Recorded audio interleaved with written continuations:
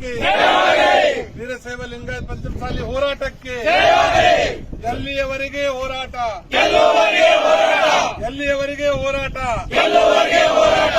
ಏನೇ ಬರಲಿ ಏನೇ ಬರಲಿ ಆದ್ಮೇಲೆ ಮೊನ್ನೆ ಬೆಳಗಾವಿಯ ಸುವರ್ಣಸೌಧದ ಎದುರುಗಡೆ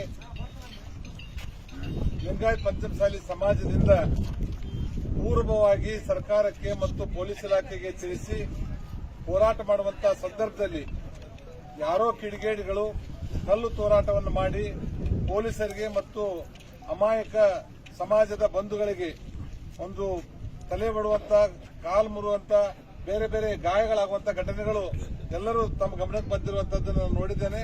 ಆದರೆ ಪೊಲೀಸರು ಸನ್ಮಾನ್ಯ ಮುಖ್ಯಮಂತ್ರಿಗಳ ಒಂದು ನಿರ್ದೇಶನದಂತೆ ಏನವತ್ತು ಲಾಠಿ ಪ್ರಹಾರ ಮಾಡಿದ್ರು, ಅದಕ್ಕೆ ನಮ್ಮ ಸಮಾಜ ಒಟ್ಟಾರೆ ಅದನ್ನು ಧಿಕ್ಕಾರ ಮಾಡ್ತದೆ, ಅದನ್ನು ಉಗ್ರವಾಗಿ ಖಂಡಿಸ್ತಾ ಇದ್ದೀವಿ.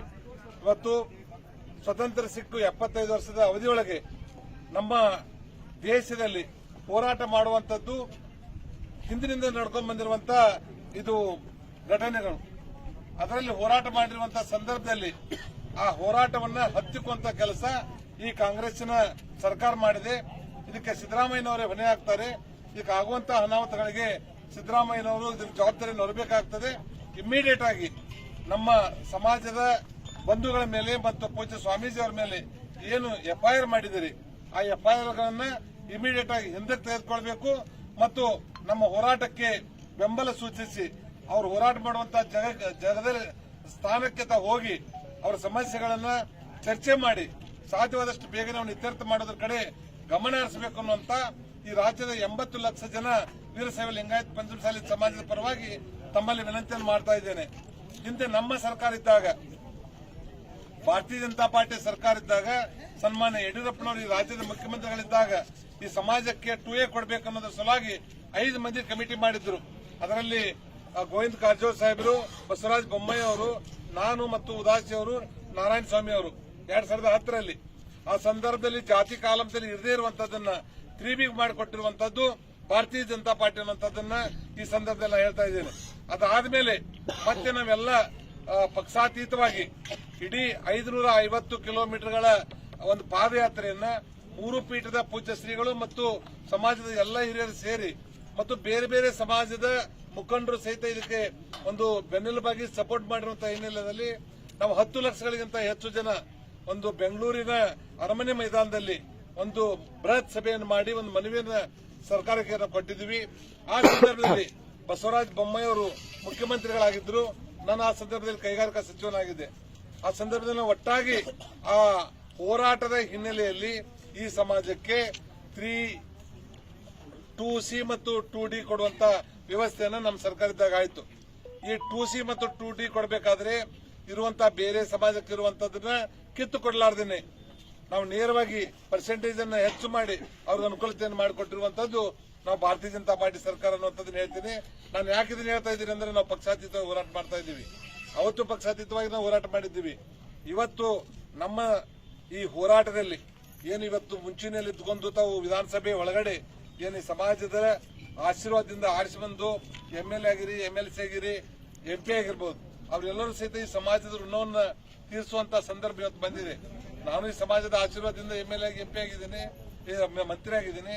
ಮತ್ತೆ ಇದ್ದಂತವರೊಳಗೂ ಸಹಿತ ಸಮಾಜದ ಆಶೀರ್ವಾದ ನಿಮ್ಮ ಮೇಲೆ ಬಹಳ ಇದೆ.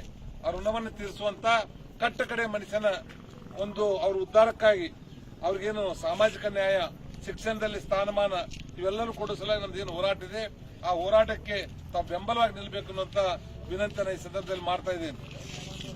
ಬಹಳ ಮುಖ್ಯವಾಗಿ ಇದೇ ಸಂದರ್ಭದಲ್ಲಿ ಇವತ್ತೇನು ನಿನ್ನೆ ಹೋರಾಟ ಆಯಿತು, ಹಿಂದಿನ ನಮ್ಮ ಸರ್ಕಾರದಲ್ಲಿದ್ದಾಗ ಇದೇ ಬೆಳಗಾವಿಯ ವಿಧಾನಸೌಧದ ಸುವರ್ಣಸೌಧದ ಎದುರುಗಡೆ ನಮ್ಮ ಹೋರಾಟ ನಡೀತಿರುವಂತಹ ಸಂದರ್ಭದಲ್ಲಿ ಸಹೋದರಿ ಲಕ್ಷ್ಮೀ ಹೆಬ್ಬಾಳ್ಕರ್ ಮೇಡಮ್ ಅವರು ಆ ತುಂಬಿದ ಸಭೆಯಲ್ಲಿ ಒಂದು ಮಾತನ್ನು ಹೇಳಿದ್ರು, ಅಣ್ಣ ನೀವು ಇವತ್ತು ಮಂತ್ರಿ ಆಗಿದ್ರಿ, ನಿಮ್ ಸರ್ಕಾರ ಇದೆ, ನೀವತ್ತು ಈ 2A ಮಾಡಿ ಕೊಟ್ರೆ ನಾನು ಬೆಳಗಾವಿಯಿಂದ ಕುಂದಾ ತಂದು ನಿಮಗೆ ಸನ್ಮಾನ ಮಾಡಿ ಬರ್ತೀನಿ ಅನ್ನೋಂತ ಮಾತನ್ನು ಹೇಳಿದ್ರು. ಒಂದ್ ವೇಳೆ ನಿಮ್ಗೆ ಆಗದೆ ಇದ್ದರೆ ನೀವು ನಮ್ಮ ಸರ್ಕಾರ ಬಂದ ಮೇಲೆ ನಾವು 3 ತಿಂಗಳಲ್ಲಿ ನಾವು 2A ಕೊಡ್ತೀವಿ, ಅವಾಗ ಒಂದು ಜೋಡ್ ಬಂಗಾರದ ಬಳೆಯನ್ನ ನೀವು ಕೊಡ್ಬೇಕನ್ನೋಂತ ಮಾತನ್ನ ಅವತ್ತು ಹೇಳಿದ್ರು. ನಾ ಹೇಳ್ತೀನಿ ತಾಯಿ, ನಿಮ್ ಸರ್ಕಾರ ಬಂದ 3 ತಿಂಗಳಲ್ಲ, ಇವತ್ತು 18 ತಿಂಗಳಾಗ್ಯದ. 2 ವರ್ಷಕ್ಕೆ ಸಮೀಪ ಆಗ್ಲಿಕ್ಕೆ ಬಂತು. ನಾ ಇವತ್ತು ಮಾಡ್ಕೊಡೋದು ಕೇಳೋದಿಲ್ಲ. ಇನ್ನೂ 3 ತಿಂಗಳು ಟೈಮ್ ತಗೊಳ್ಳಿ. ಆ 3 ತಿಂಗಳು ಟೈಮ್ ತಗೊಂಡು ನೀವೇನು 1 ಜೊತೆ ಬಂಗಾರದ ಬಳೆ ನೀವು ಕೇಳಿದ್ರಿ. ನಾ 1 ಜೊತೆ ಬಂಗಾರ ಬಳೆ ಕೊಡಲ್ಲ ನಿಮಗೆ. 1 ಕಿಲೋ ಬಂಗಾರದ ಆಭರಣಗಳನ್ನು ಮಾಡಿಸಿ 1 ಲಕ್ಷ ಜನರನ್ನ ಸೇರಿಸಿ ನಿನ್ನ ಒಂದು ರಥದಲ್ಲಿ ಮೆರವಣಿಗೆಯನ್ನು ಮಾಡಿ ನಿಮಗೆ ಸನ್ಮಾನ ಮಾಡ್ತೀವಿ. ಇವತ್ತು ನಾ ಹೇಳಿರುವಂತ 1 ಕೆಜಿ ಬಂಗಾರ ನಿಮ್ಗೆ ಕೊಡ್ಲಿಕ್ಕೆ ನಾನು ಬದ್ಧರಾಗಿದ್ದೇನೆ. ಈ ಸಮಾಜದ ಋಣ ತೀರಿಸುವಂತ ಕೆಲಸ ತಾಯಿ ನೀವು ಮಾಡಬೇಕು. ನೀವು ಕೆಲಸ ಮಾಡ್ತಾ ಇಲ್ಲ ಅಂತ ಹೇಳ್ತಾ ಇಲ್ಲ. ನೀವು ಈ ರೀತಿ ಅಧಿಕಾರದಲ್ಲಿರುವಾಗ ಯಾವ ರೀತಿ ನಿಮ್ಮ ರೋಷ ಇತ್ತು, ಯಾವ ರೀತಿ ಚೆನ್ನಮ್ಮನ ರಕ್ತ ಹಂಚ್ಕೊಂಡು ಉಟ್ಕೊಂಡು ಬಂದಿದ್ದೀವಿ ಅನ್ನೋಂತ ಒಂದು ಗಟ್ಟಿಯಾಗಿರುವಂತ ಭಾಷಣ ಮಾಡ್ತಿದ್ರಿ. ಅದನ್ನ ಮರಿಬೇಡ್ರಿ. ಇವತ್ತಿಗಾದ್ರೂ ವಾಪಸ್ಸು ಆ ಹೋರಾಟವನ್ನ ಮುಂದುವರಿಸಿ. ನಾವು ನಿಮ್ಗೆ ರಾಜೀನಾಮೆ ಕೊಡೋದು ಕೇಳೋದಿಲ್ಲ. ನಮ್ಮ ಸಮಾಜದಿಂದ ನೀವು ಮಂತ್ರಿ ಆಗಿದ್ರೆ ನೀವು ಅಲ್ಲೇ ಮುಂದುವರಿರಿ. ಅಟ್ಲೀಸ್ಟ್ ವಿಧಾನಸಭೆ ಒಳಗಡೆ ಅಥವಾ 4 ಗೋಡೆ ನಿಮ್ಮ ಕ್ಯಾಬಿನೆಟ್ದಲ್ಲಿ ನಿಮಗೆ ಬಹಳ ದೊಡ್ಡ ಶಕ್ತಿ ಇದೆ. ನಿಮ್ಮ ಶಕ್ತಿಗೆ ನಾನು ಮೆಚ್ಚುಗೆಯನ್ನು ವ್ಯಕ್ತಪಡಿಸ್ತೀನಿ. ಈ ಸಮಾಜದಲ್ಲಿರುವಂತಹ ಒಬ್ಬರು ಹೆಣ್ಮಗಳು ಕೇಂದ್ರದಲ್ಲಿ ಮತ್ತು ರಾಜ್ಯದಲ್ಲಿ ಎಷ್ಟು ದೊಡ್ಡ ಶಕ್ತಿ ಇಟ್ಟುಕೊಂಡಿಲ್ಲ. ಈ 80 ಲಕ್ಷ ಜನರ ಪರವಾಗಿ ನಿಮಗೆ ಅಭಿನಂದನೆ ಸಲ್ಲಿಸ್ತೀನಿ. ಆ ನಿಮ್ಮ ಶಕ್ತಿಯನ್ನು ಉಪಯೋಗ ಮಾಡಿ. ಯಾವ ರೀತಿ ಮಂತ್ರಿ ಆಗಲಿಕ್ಕೆ ಅದನ್ನು ಉಪಯೋಗ ಮಾಡ್ಕೊಂಡಿರಿ, ಅದೇ ತರ 2A ಮಾಡಲಿಕ್ಕೆ ನಿಮ್ಮ ಶಕ್ತಿಯನ್ನು ಉಪಯೋಗ ಮಾಡಿ ಈ 80 ಲಕ್ಷ ಜನರ ಒಂದು ಬೇಡಿಕೆ ಋಣವನ್ನು ತೀರಿಸುವಂತ ಪ್ರಾಮಾಣಿಕ ಕೆಲಸ ನೀವು ಒಟ್ಟರು ಸೇರಿ ಮಾಡ್ಬೇಕಂತ ಹೇಳಿ ನಾನು ಸಮಾಜದ ಎಲ್ಲರ ಪರವಾಗಿ ನಿಮ್ಮಲ್ಲಿ ವಿನಂತಿಯನ್ನು ಮಾಡ್ತೇನೆ. ಮತ್ತು ಇನ್ನೊಂದು ಸಲ ನಾನು ಮತ್ತೆ ಹೇಳ್ತಾ ಇದ್ದೇನೆ, ಸಿದ್ದರಾಮಯ್ಯ ಸಾಹೇಬ್ರೆ, ನೀವು 50 ವರ್ಷದಿಂದ ಹೋರಾಟ ಮಾಡ್ಕೊಂಡು ಬಂದಿರುವಂತವ್ರು. ನಿಮಗೆ ಈ ರಾಜ್ಯದಲ್ಲಿ ಒಳ್ಳೆ ಸ್ಥಾನಮಾನ ಇದೆ. ಇವತ್ತೇನು ನಿನ್ನೆ FIR ಮಾಡಿದಿರಿ ಸ್ವಾಮೀಜಿ ಅವರ ಮೇಲೆ ಮತ್ತು ನಮ್ಮ ಅಮಾಯಕ ಸಮಾಜದ ಬಂಧುಗಳ ಮೇಲೆ. ಇಮ್ಮಿಡಿಯೇಟ್ ಆಗಿ ಈ ಅಧಿವೇಶನ ಮುಗಿದ್ರೊಳಗಾಗಿನೇ ಅದನ್ನು ವಾಪಸ್ ತಗೋಬೇಕು. ಇಲ್ಲಾಂದ್ರೆ ಬರುವಂತ